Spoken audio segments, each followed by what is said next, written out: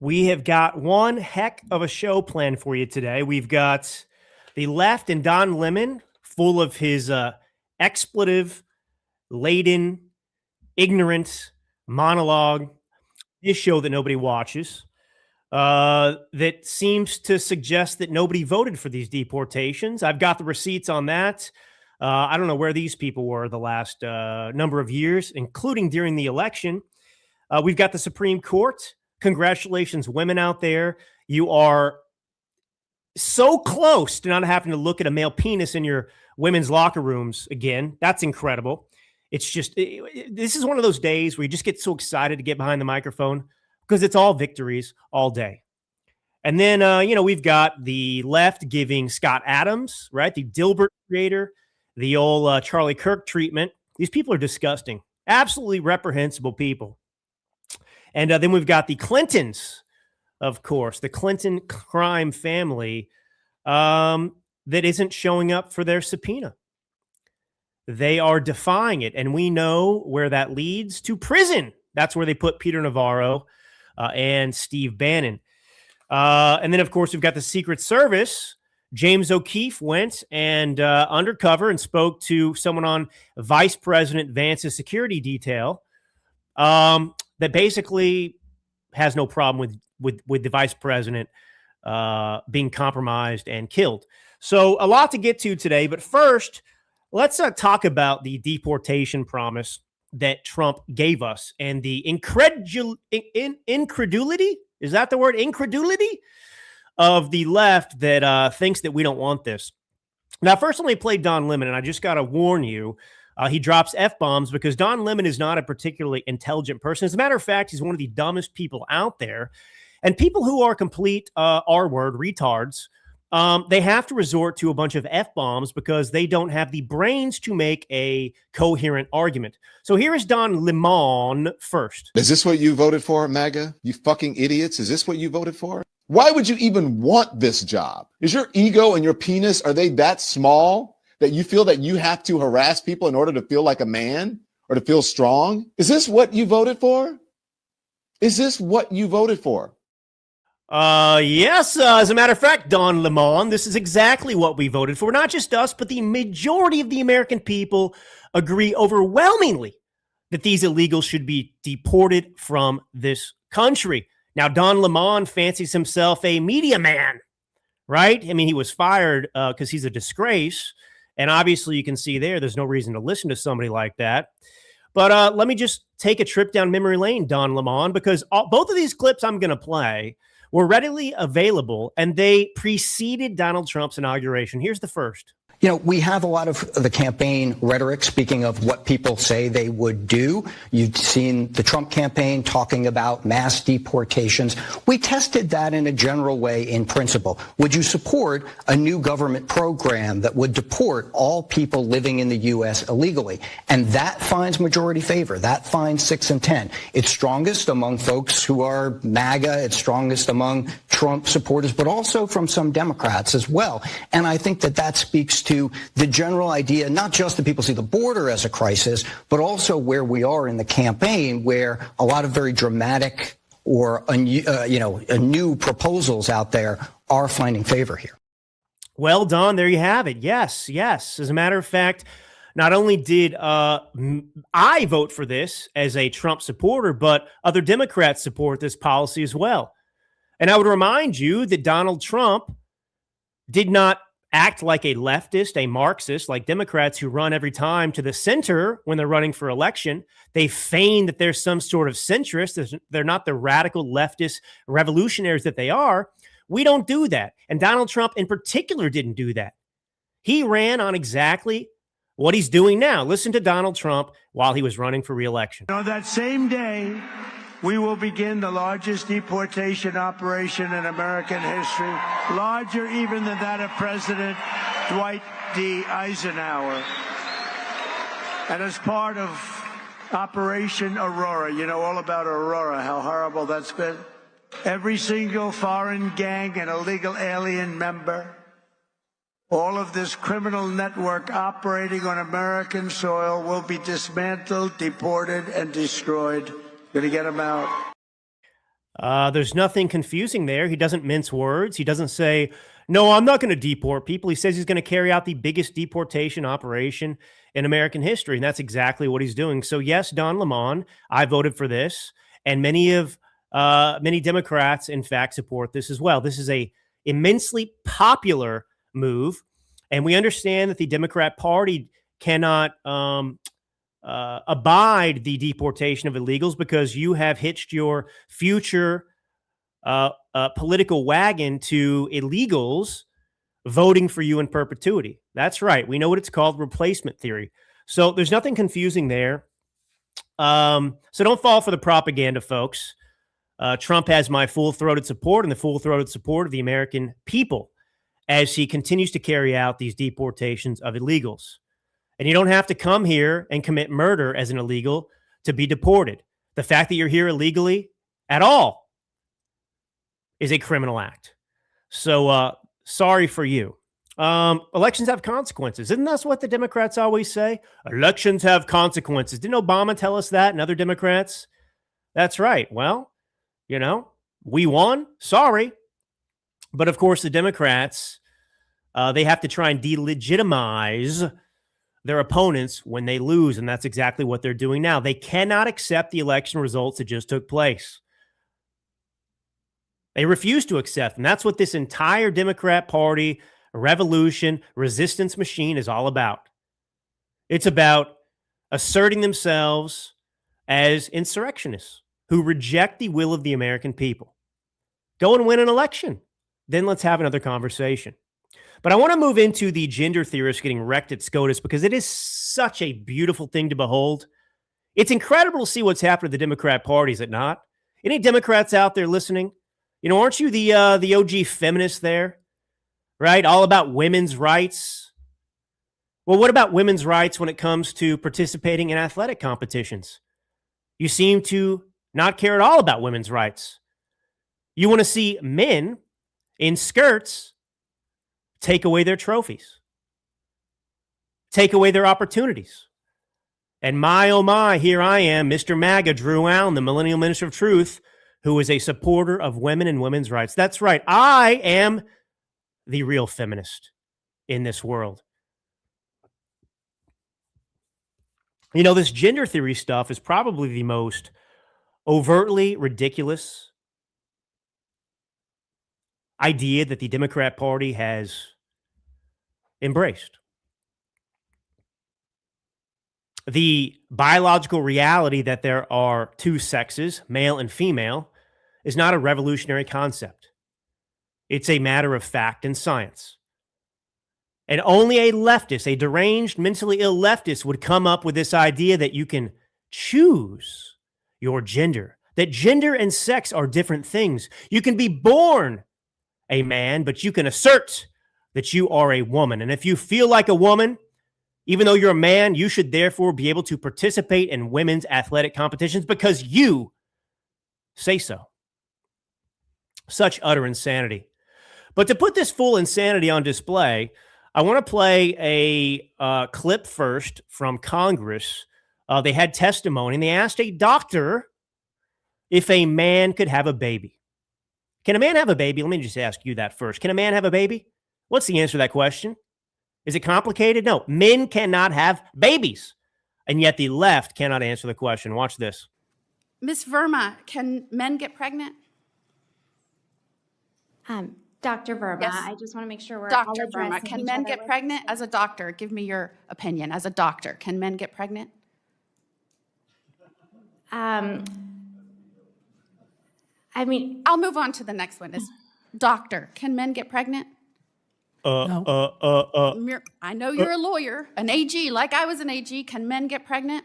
no. I don't know. I don't know. It's such a hard question. I'm a doctor. I'm stumped. Can men have babies? Maybe. Maybe. I just want to hop in here because I appreciate people that watch and participate. Mr. Zaluz says, greetings to you, brother or sister. And that's right. By the way, you leftists out there who hate my guts, I still view you as my brother and sister in America. And I'm going to get into more of the gender theory stuff and the SCOTUS in a minute, but, you know, I wrote an op-ed. I don't know where it's going to be placed yet. But I was thinking about marriages and the dissolution of marriages, which too many people, sadly, are familiar with. And, the most common legal jargon for these marriages that fail is what? What do you file? What's the legal term? Irreconcilable differences, right? Do we not have irreconcilable differences right now in this country? When you have a Biden administration in 2021 whose archivist officially classified the founding documents, that would be the Declaration of Independence and our U.S. Constitution, he slapped them with a harmful language label. That's right. Those founding documents are dangerous. How do you coexist with a partner that would be a Democrat in this country that believes the founding documents themselves are illegitimate? How is it that you coexist with a partner, the Democrat Party and left in this country, when they believe that men can have babies, when they believe that you can choose your own gender, when they want and believe fervently, as they're doing right now in front of the Supreme Court, much to their own humiliation, when they assert that biological males have a right to compete against biological females in athletic competitions? How do you coexist? How does that marriage continue to work? It cannot. The fact that New York Mayor Mamdani, AOC, and the Democrat Party writ large today embrace socialism. Socialism is antithetical to Americanism. They cannot exist together. The greatness of America is built on the U.S. Constitution, which asserts that what? And the Declaration of Independence, which asserts what? That our rights don't come from man, they come from God, our creator. Socialism doesn't believe that. They are collectivists. They believe that our rights are divvied out at the discretion of the government. These two beliefs cannot coexist. And yet we cannot get divorced, can we? So what are our options? What are our options? I just want you to think about that. Because we have irreconcilable differences in this country between the left and right. They cannot be resolved, but we are stuck together. So what are we supposed to do? But let's continue with the deranged left. I mean, it's hard to imagine being a Democrat. And these are the people representing you. This is your belief system. Your party believes this, that men can have babies and they cannot define a woman. Listen to how ridiculous this is. I've got a number of clips to play, but listen to Justice Samuel Alito absolutely destroy an ACL lawyer who is trying to argue that it is discriminatory not to allow biological males to compete with women. For a category of students classified as boys and a category of students classified as girls. Yes, Your Honor. If it does that, then is it not necessary for there to be, for equal protection purposes, if that is challenged under the Equal Protection Clause, an understanding of what it means to be a boy or a girl or a man or a woman? Yes, Your Honor. And what is that definition?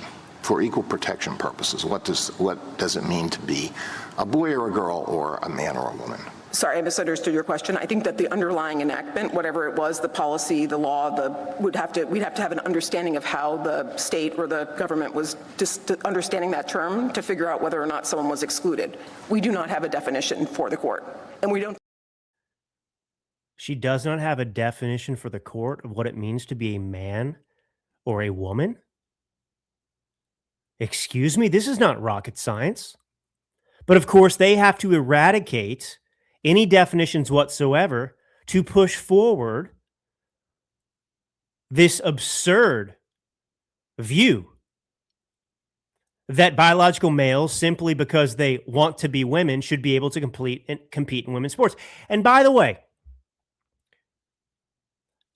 you will never, ever find a biological woman bringing a lawsuit against the federal government or anyone else because she is being robbed of the right to compete against men. Do you know why? Do you know why? Because biological males in athletic competitions are physically superior. That is a biological fact. You're not going to find a WNBA player, no matter how talented they are, playing with women that is competitive enough or athletic enough or strong enough to play in the NBA. That is simply a biological fact.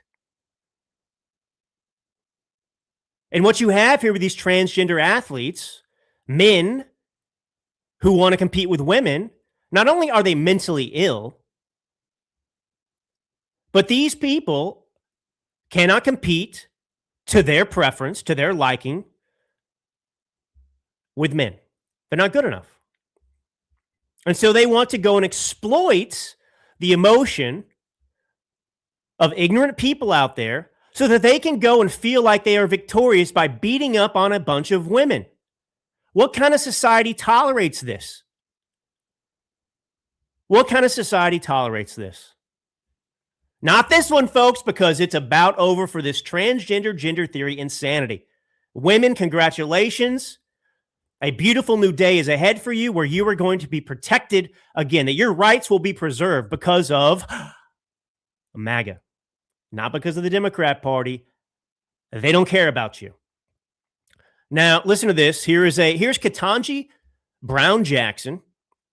She is the latest DEI appointment on the Supreme Court from the Biden administration, who asserted before he ever chose her that his criteria for appointing a Supreme Court justice was what? They needed to be a black woman. And therefore, by Joe Biden's own admission, she's on the court, not because she is capable. As you will hear in a minute, she's not capable. She's dumber than any single person listening to this show right now. She's on the court for one reason and one reason only. She's a black woman. Listen to her. Is that right?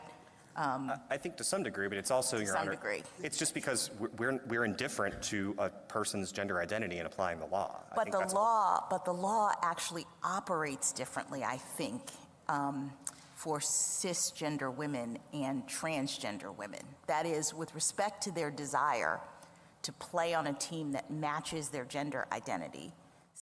Listen to that key word, their desire. They're arguing that your desire should determine what team you should play on.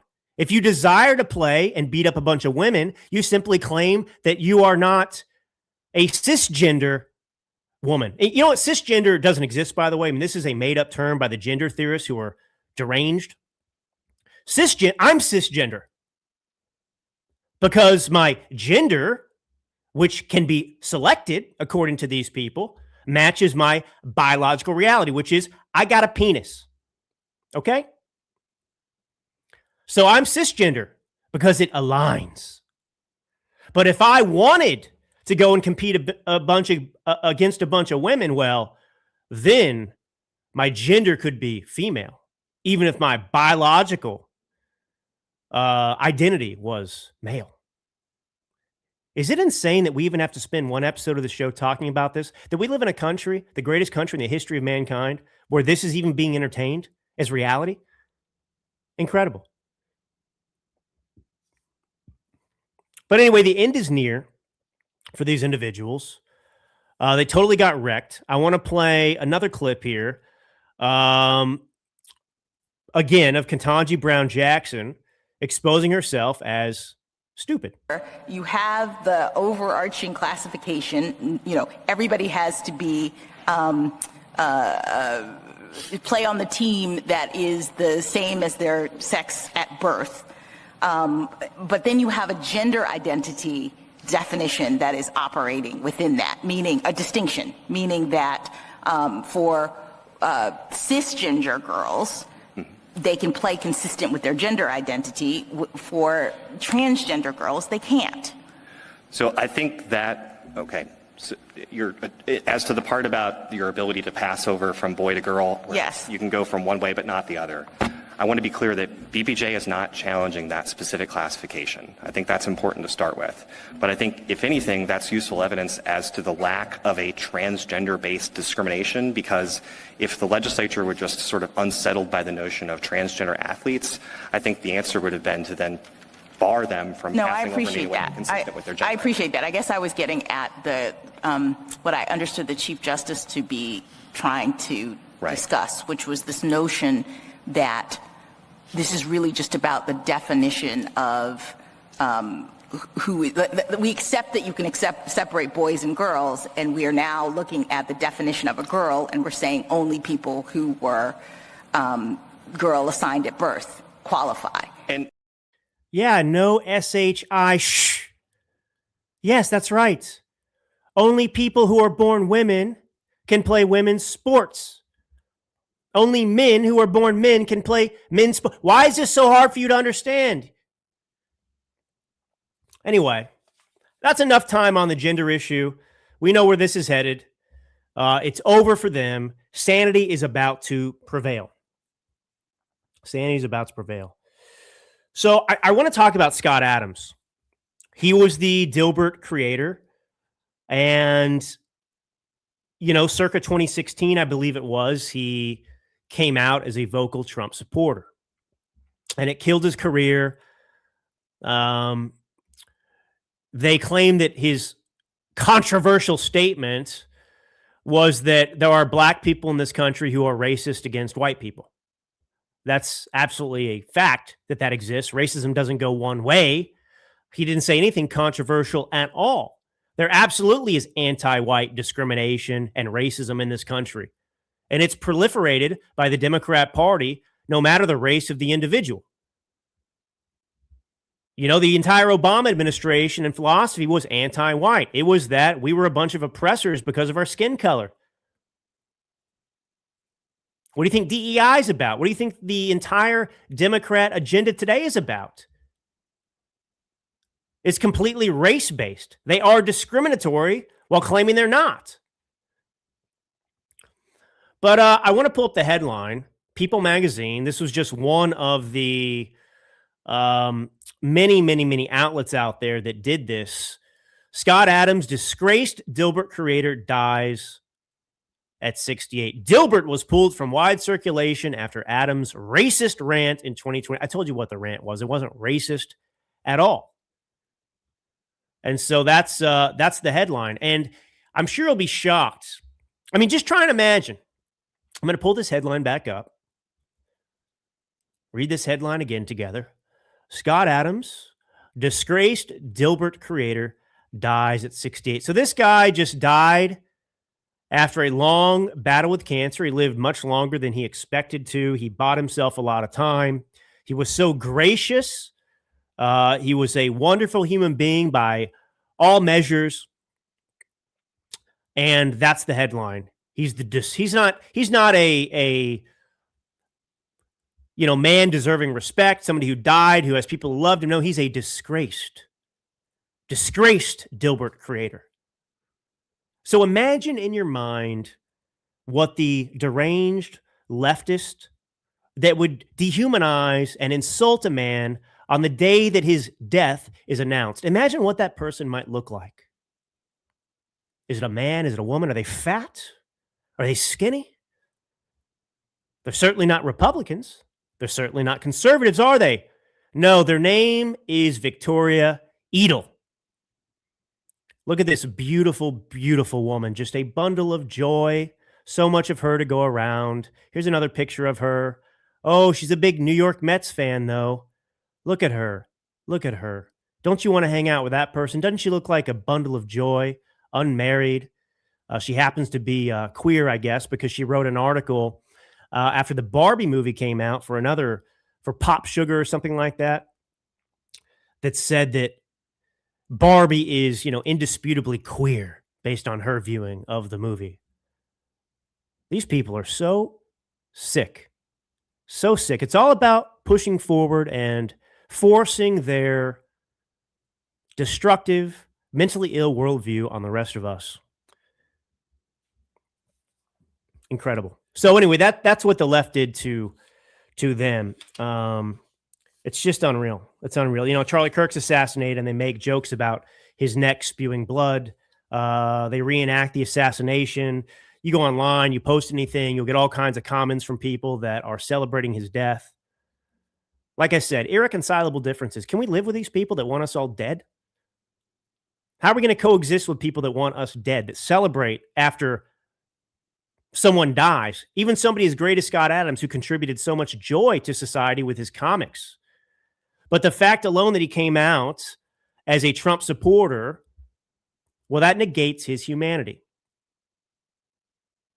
And I hope people are willing to acknowledge now that this is what the left's overarching ideology is. That's not to say that every single Democrat feels this way, but the ideology itself is breeding this, because you don't have this on the other side. And this is celebrated. This is coming. I mean, People magazine chose to write that headline. And there were other places too. Other places too.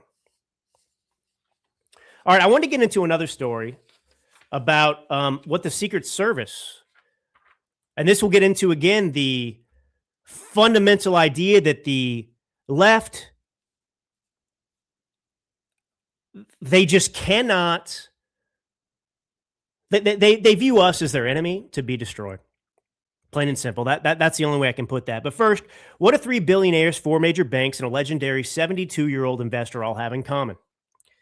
They're all making the same shocking prediction. Gold is headed for $10,000 or more. Goldman Sachs says gold will surge 20%. JP Morgan says 25%. And one respected economist now believes the U.S. government could deliberately raise gold's official price to help pay off the national debt. And the world's wealthiest players are already making their move. Now you can see exactly what they're seeing for free. Our friends at American Alternative Assets just released a powerful new report, The Surprising Case for Gold, for $10,000 gold. It breaks down the hidden signals, the central bank gold buying spree, and how smart Americans are protecting their retirement with gold right now. Go to cloutgold.com to download it free or call 855-803-GOLD. Don't wait. The window is closing fast. Before I get into this final story about the Secret Service, which is an unfathomable, dangerous, it should scare every American out there, and it should scare you if you're a Democrat or Republican. Either way. You know, people in this government working for the Secret Service, which of course is a protective detail, their goal is to protect the life of government officials, the president, and in this case, the vice president. And they are so radicalized, and they have experienced such brain rot that they cannot even do that apolitical job. That's where we're at. But I just want you to listen to Ilhan Omar first, because, by the way, we found out that the police officer, the ICE officer agent who was run over by Renee Good, who was shot in self-defense, and she died while protesting, staging a protest against ICE. She was a trained ICE protester. Well, he suffered internal bleeding. And we had the mayor, Jacob Frey, and others in the media tell us that, he just, skipped away. She was just innocent, trying to flee the crime scene, which is a crime in itself, by the way. You can't do that. If a cop pulls you over, if a federal agent pulls you over and asks you to comply and do something, if you try and just drive away, you're in violation of the law as well. There's no way to look at this that Renee Good is not responsible for what happened to her. But listen to Ilhan Omar. So I told you, I guess on Monday or yesterday, I guess it was, on this show, I went through the list of 10 to 13 individuals that had been apprehended in Minnesota, many of them in Minneapolis, that city itself, by ICE, that was released by the DHS, of painting a picture for you of who these people are arresting. And they are illegals, not just illegals, but they are individuals who've committed acts of sodomy against young girls and boys.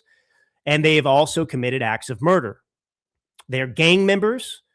Many of them are from Laos, which is not a Latino country, by the way. And these are the people being apprehended. We know this for a fact. And yet here's Ilhan Omar, even after we know that information.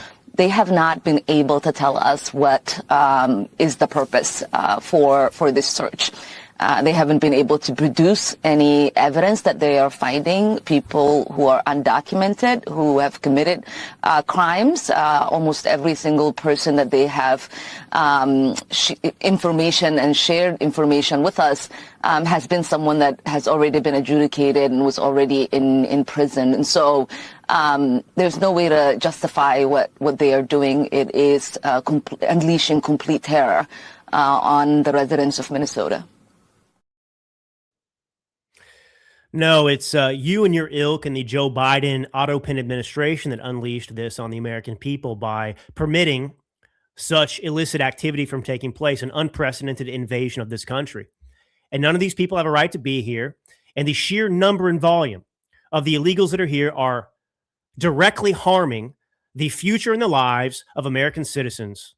We're a sovereign nation, and no one has the right to just come in and take advantage of us. And of course, she speaks for the Somali community because she married her brother to come over here. And the Somali community, which is responsible for 90% of the fraud in Minnesota.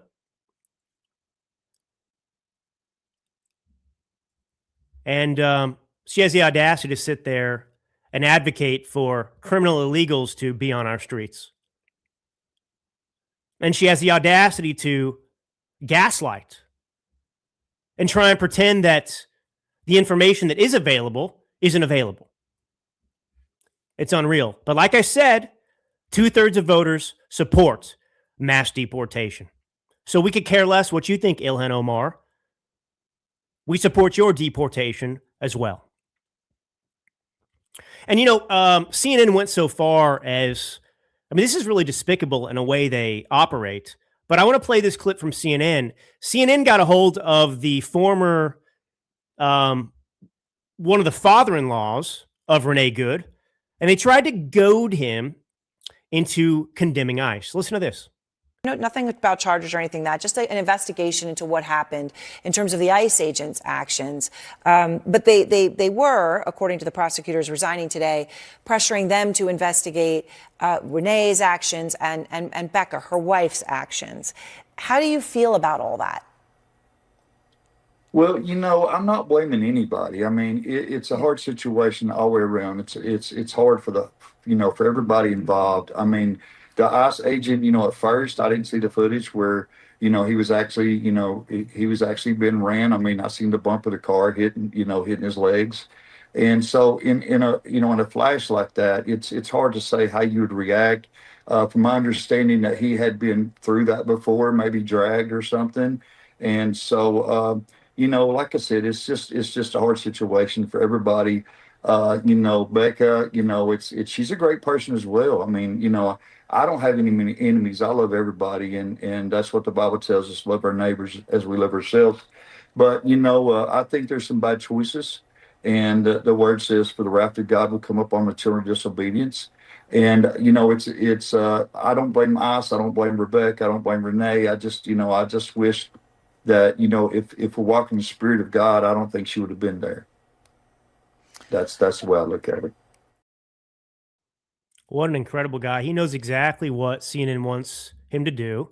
He obviously has a degree of affection for Renee Good, as she is his former daughter-in-law, more so than anybody at CNN or anybody on the left reacting to this, or even me reacting to this. And his response is so level-headed. Look, this is a terrible thing that happened. I wish it hadn't happened. Some terrible decisions were made, and he ended by saying that, she shouldn't have been there. She wouldn't have been there if better decisions were made. And he's exactly right. And he's not blaming anybody. He's just prayerful. He's Bible-based. He's putting this in the hands of God. And that's a remarkable person to do that and respond that way. I cannot tell you, most, CNN is used to getting these people on there that are, radical. And by the way, I would probably presume that, that guy's probably conservative. You don't have leftists go on TV and quote scripture, for one. And, usually these people want to be useful idiots to the left. They want to go on there like David Hogg and get a lot of attention for themselves. And this guy didn't do that. And my hat's off to him. My hat's off to him. All right, so I want to read this story with you just to close out here. Well, I got two stories, but let's get the Secret Service story covered, and then let's finish off with the Clinton crime family that now, based on their own rules, must go to prison. So the Secret Service agent assigned to J.D. Vance, well, he's been placed on leave after an alleged security leak. Here's what happened. James O'Keefe went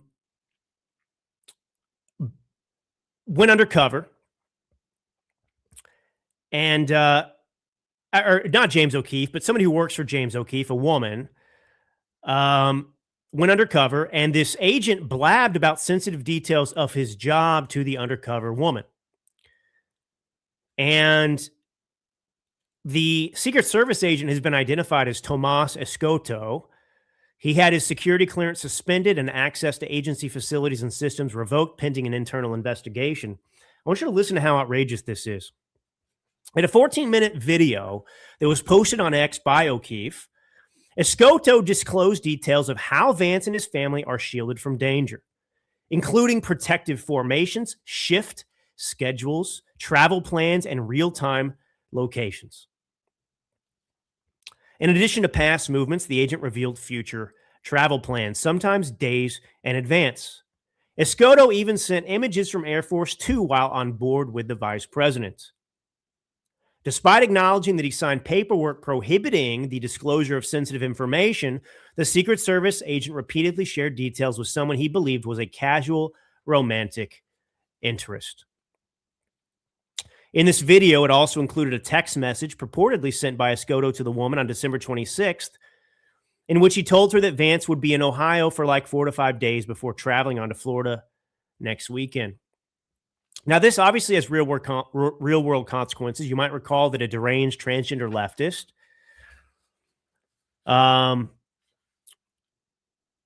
broke windows at the vice president's home in Ohio. It's unfathomable that you would blab to somebody about the location and future location and travel plans to tell them how you protect. I mean, you don't do this. You don't do, and I wouldn't want this for Barack Obama. I wouldn't want this for Kamala Harris. I wouldn't want this even for Tim Walz. You know, there's a reason we want these people protect. I mean, imagine what happens to society if you just have our leaders assassinated like they did Charlie Kirk. Can you imagine the hell that would break loose? I mean, we've already came close with Donald Trump. With his near assassination, we feel it still with Charlie Kirk. I feel it. And you have a Secret Service agent that can't put his politics aside, that's willing to go and talk about these sensitive details that put someone's life in danger, not just anybody's life, the Vice President of the United States. So he told this person who was undercover, but imagine that wasn't somebody who was one of the good guys that was going to report this. Imagine he told somebody who actually wanted Vice President Vance dead. Imagine if that had happened. This has to stop. This has to stop. And by the way, I am going to plug the book For Christ and Country, The Martyrdom of Charlie Kirk behind me, because this is exactly what I address in the book. I address specifically left-wing violence, specifically how we got here, the spiritual rot, this moral relativism that is so pervasive in this country, predominantly from the left, specifically, uniquely from the left, as a matter of fact, that is putting our lives and the vice president's life in danger, and it needs to stop. I won't tolerate it anymore, and you shouldn't tolerate it anymore either. And it doesn't matter if you're a Democrat or Republican. I think we should be able to agree on a few things. One, there's male and female. There's men and women. There's a biological reality. You're not a woman because you desire to be a woman. You can't go and compete with women as a man because you can't make the cut with men and you want to go beat up on women. Can we not agree on that as a society? Apparently not. Can we agree that the Secret Service should not be going and blabbing details about the vice president, about his location, about where he's going to be, about how he's protected? They could give people insight into how to exploit the Secret Service and kill somebody, God forbid. Can we agree on these things or not? Apparently not. So that's just amazing. I mean, January 5th, that's when you had the William DeFore, the transgender person that was arrested after he smashed windows of the VP's Cincinnati residence with a hammer. hours after the second family departed for Washington. Imagine if the vice president had been there.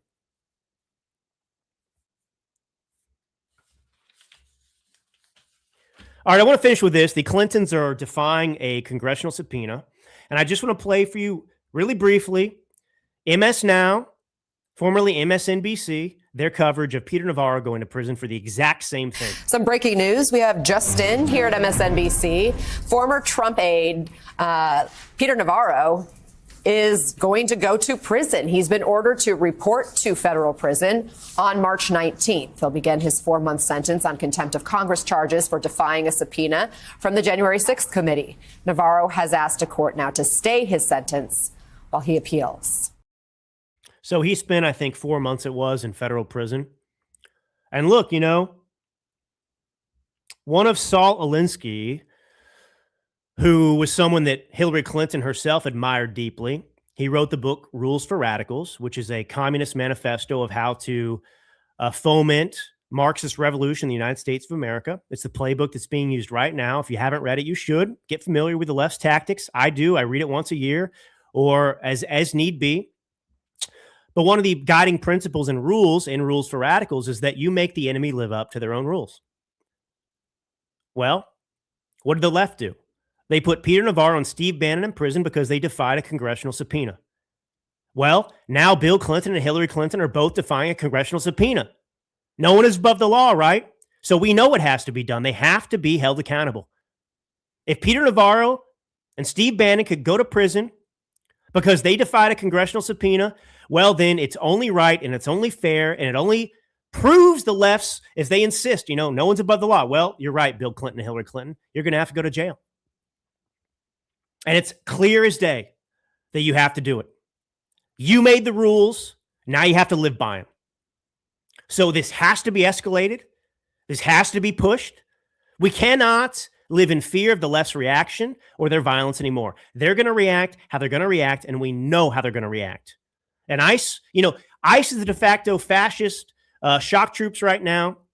So any encounter with ICE, even if Renee Good or someone else is in the wrong and they put themselves in a position that's unfortunate, but they get killed, we know the left is looking for that as an example. They've already arrived at that conclusion anyway. ICE was evil before the Renee Good incident happened. So they're just going to take these incidents and use it as justification to escalate violence in this country. Well, you better get ready, America and Americans. There's only one way to deal with this sort of insurrection, and that is to hold people accountable. And it's going to get ugly. You know, you may not like the sight of ICE going into our cities, but the only reason they have to do that is because 20 million illegals were let in here under the Biden. Well, because he kind of ran it under the Biden administration. So they created the need for this type of thing. So anyway, that's all we have time for today. Love you guys, genuinely. God bless you all. Hope you're having a great week. What's today? Tuesday. It's almost hump day. No, it is. It's Wednesday. It's Wednesday. I see. I can't even keep track. But genuinely, thank you for listening to this show. We're growing at a rapid pace, and that's thanks to you all. God bless you all. I am Drew Allen, your millennial minister of truth. Until next time.